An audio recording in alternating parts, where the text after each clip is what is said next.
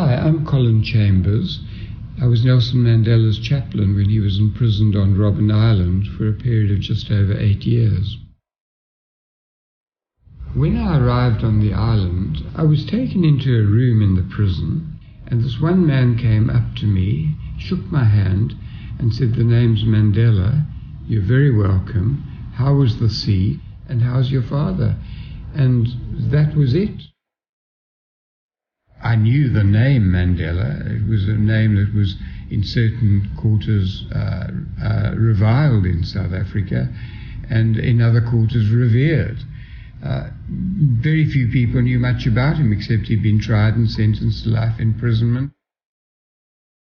But when you met the man, it's very hard to describe, like a shiver down the back when he said the name's Mandela. You're meeting an icon in the world opinion, most of whom had never seen the man, didn't even know what he looked like.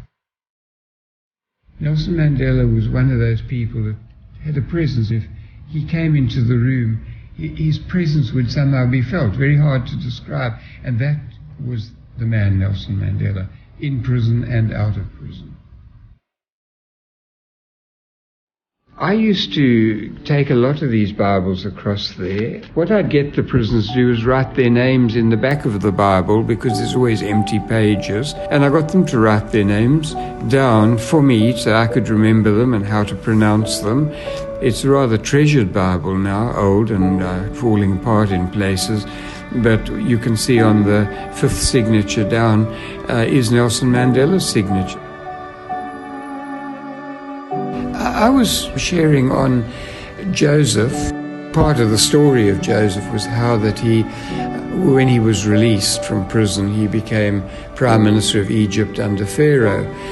I got into it and I thought, well, this is not the message to give to these guys. They're sitting here, probably never be released. The burning desire would be to be in power, in control, and running the country.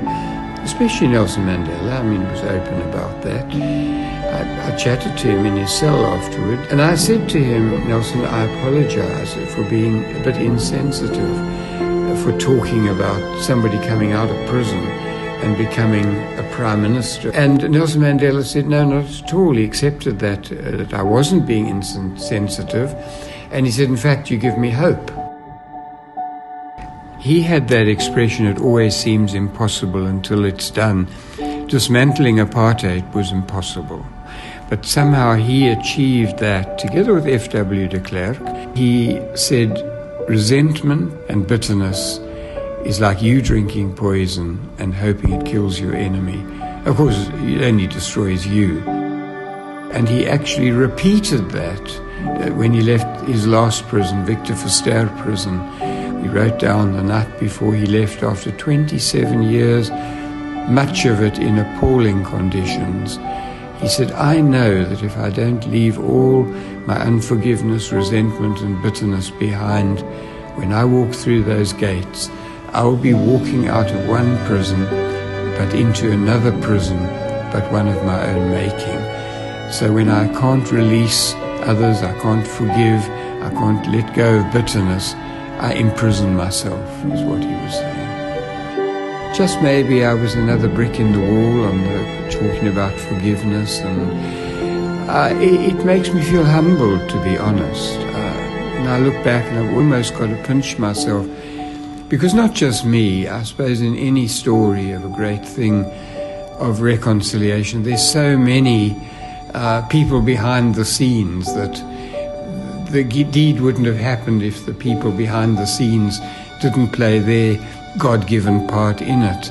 Because I didn't think he'd ever be released, and I wasn't doing it to have my name down in history. It's not down in history. I was a backroom boy.